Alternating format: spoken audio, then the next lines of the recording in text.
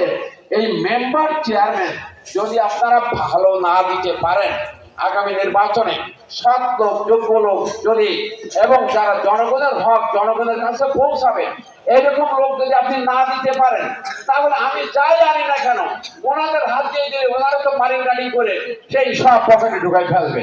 এই জন্য আমি আপনাদের কাছে অনুরোধ করে গেলাম যে আগামী নির্বাচনে আমাদের ডাক্তার মাহমুদ সাহেবকে হয়তো অনেকেই চেনেন, তাকে আমরা উপজেলার চেয়ারম্যান ক্যান্ডিডেট করছি। আমরা আমাদের কাজী সুরাইত আলী সাহেব একটু দাঁড়ান, এনাকে আমরা ভাইস চেয়ারম্যান ক্যান্ডিডেট করছি।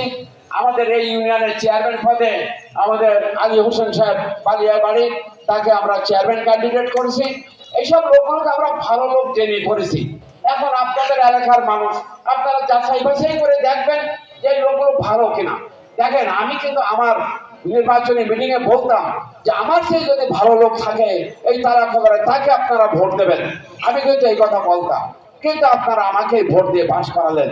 তা ঠিক তদ্রুপ আমি যে জামাত ইসলামের স্টেজে থেকে বলতেছে ভালো লোক দেবেন, যদি আলী হোসেনের চেয়ে কাজী সুরাইতের চেয়েও যদি ভালো লোক পান, সৎ লোক পান, তাকে ভোট দেবেন।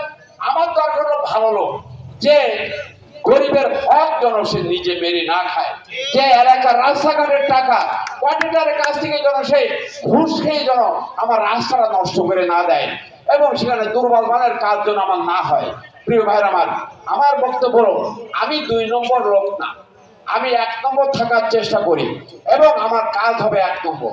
আমি টান প্রাণের চেষ্টা করি মানুষের কল্যাণের জন্য। আমার সঙ্গী সাথী আপনারা 1 নম্বর দেখে লোক দেবেন, এটা হলো আপনাদের দায়িত্ব।